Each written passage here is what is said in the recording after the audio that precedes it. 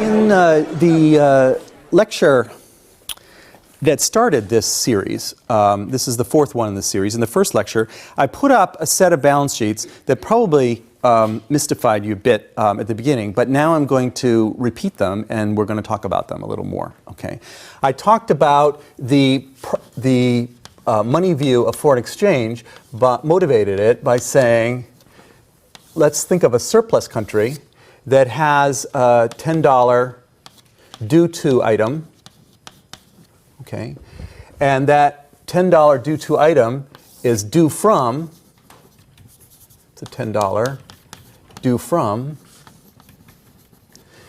item from a deficit country.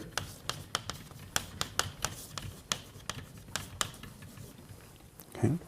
And we're trying to think about and it's $10 because the dollar is the world reserve currency. And so these countries, neither one of which is the United States, okay, are paying each other in dollars. They're invoicing their trade in dollars and they're actually settling their trade in dollars. So there's a $10 due from and a $10 due to. And to make it an interesting problem, we say that the deficit country doesn't have any dollars. Okay, so what do they do now? What do they do now?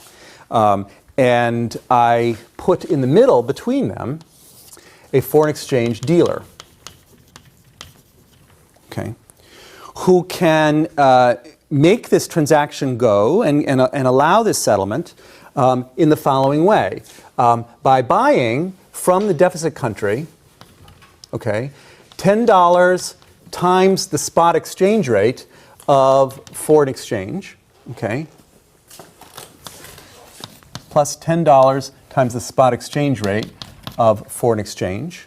So the deficit country, that's their, I call it FX because it's not the dollar, okay, but it's their domestic currency is the point, okay. So the deficit country is paying in its domestic currency, okay, and the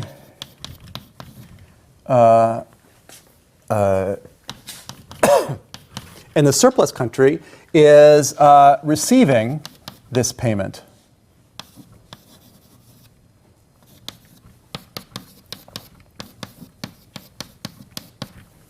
Okay, so that's paid. Okay, so you could just go through the steps a little bit more. So the deficit country is selling foreign exchange to the dealer who's creating a new liability, okay, $10 spot, to the credit of the deficit country here, okay, and then the deficit country pays that out, okay, here, okay, so that's how the payment happens, okay.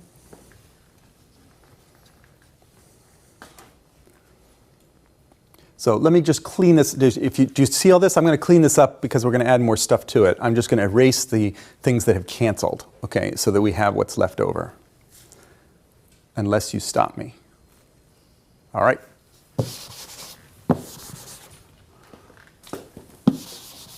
Okay. Well, we can sort of forget about the surplus country for now because he's happy. He's paid. He's got $10 spot and he's done. Okay. And we can forget about the deficit country too. He has paid as far as he's concerned. Okay. It's all done. He's settled up. But the FX dealer is not happy. Okay, because the FX dealer has a short position in dollars and a long position in FX, and he's exposed to currency risk, to price risk. If this spot exchange rate, this S here, okay, this spot exchange rate changes, you could lose a lot of money. Okay, this is not a good idea to be exposed to this. And so, and this is what I laid out 4 lectures ago. How would you hedge this risk if you're a foreign exchange dealer? Okay, and I show you, I urged you to think of this as the spot dealer hedges in the forward market. Okay, hedges in the forward market, and a forward market in exchange is like a matched term deposit short position and term deposit long position in different currencies. And you want to do it exactly the opposite, obviously, in order to hedge of what you've got in your spot. Okay, so I'm going to add here a $10, okay, 10 times S, FX term deposit. And I'm going to add on this side $10 term deposit. Okay, so you see there's dollars on this spot here and dollars term here. There's FX spot here and there's FX term here. Okay, and just to remind you the notation, we're using R star for the interest rate on that term deposit on the FX one, and R without a star for the one on the dollar. Okay. This hedging is using covered interest parity. Okay, that idea right there. Okay, that we're the very first equation there, hedging a spot transaction in the forward market.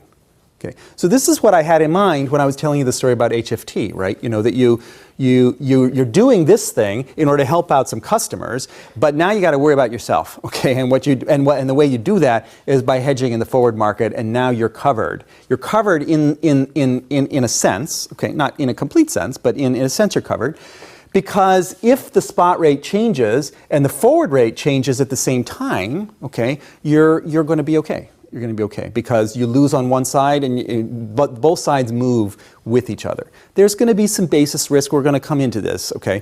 But you're hedged against the big exchange rate movement. This is how foreign exchange. This is why you wind up having $4 trillion worth of foreign exchange trading, right? Because this was just, I want to make a payment here and a payment there, but this required 2 trades here, okay? But I have this dealer trading, and who are they trading with? Right, this is not the end of this. Who are they trading with? Okay. So let me just now. So this is the first step. Let me draw a line under this. Okay, just to indicate that we're now dealing with another dealer or another agent, but I'm going to put them on the same balance sheet here because they're neither of these countries. Okay, they're speculators, in fact, and obviously. The FX dealer is whoever it is that they're trading with has just taken the exact opposite position. So let's just write that in there. There's going to be a $10 term deposit here.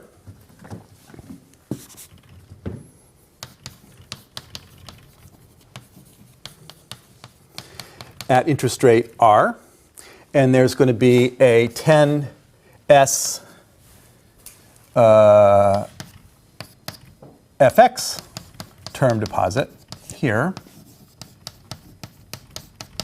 at interest rate R star. And so this first dealer we call the matched book dealer.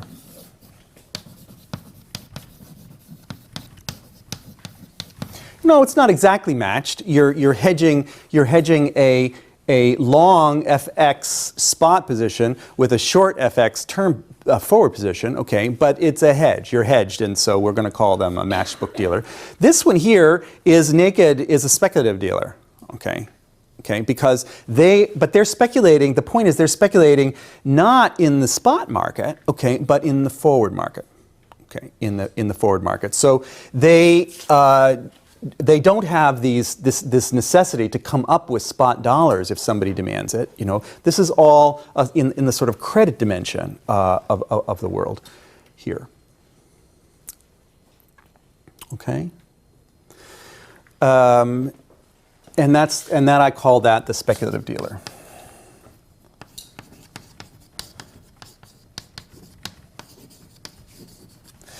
This speculative dealer is basically borrowing at the dollar rate of interest. You could say that they have a forward exchange position, but that's equivalent to borrowing at the dollar rate of interest and lending at the foreign rate of interest. So it's a carry trade in that way. Okay, and they're doing it because they're hoping to make money. And the risk in them not making money is that the forward rate changes in some way, or that the spot rate that they're expecting moves dramatically. But there's a spread there maybe between these interest rates that makes them happy. This is a deficit country that has to make a payment to a surplus country in dollars, which is not their own currency. How does the world facilitate that? That's the whole point of banking and all these dealers, okay, is to make sure that mutually beneficial trading can happen even if people have different currencies and different whatever. And that's what finance people get paid for, okay, is making these mutually beneficial. And they, of course, shave off the top, okay, their own share. And you see here we got all these transactions. You know, this is a simple little thing, but there's all these transactions that are necessary to make this thing go. It may be that one dealer, you know, takes all of these on its own books, is willing to do this. It may be, as we'll see, that in fact no dealer will do any of this, okay? And so it's a central bank that is doing this, okay? But at the moment, let's think of it as a private dealer, because then we can apply our little model of the economics of the dealer function. That's where I want to go now.